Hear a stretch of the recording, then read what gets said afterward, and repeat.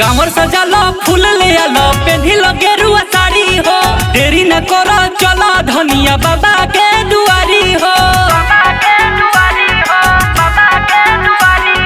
कामर सजालो फूल ले आलो पेन्हिलो गेरुआ साड़ी हो।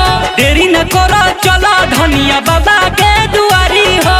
बाबा पूरा करी है दुख सब हरी है कोई जाई जलधारी हो। भोले बाबा के दीवाना भइल देखो दुनिया सारी हो। भोले बाबा के दीवाना भइल देखो दुनिया सारी हो। सावन महीना लागेला पवन झूमेला लोग सारा। जहाँ देखी लगावेला सभे बोल बम के नारा। सावन महीना लागेला पवन झूमेला लोग सारा। जहाँ देखी लगावेला सभे बोल बम के नारा। सब कुछ सरियाली हो चली सही हाली हो धरे के बरल गाड़ी हो।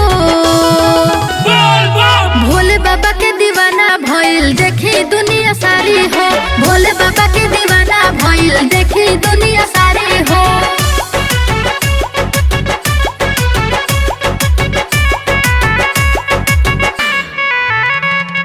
केहू गाजा पिए केहू पिस के पिए भंगिया। भजन में मगन होके नाचले कंवरिया। केहू गाजा पिए केहू पिस के पिए भंगिया। भजन में मगन होके नाचले कंवरिया। सुहावन बड़ा लगेला सुतल भगिया जागेला होला जब जयकारी हो। भोले बाबा के दीवाना भइल देखो दुनिया सारी हो। भोले बाबा के दीवाना भइल देखी दुनिया सारी हो।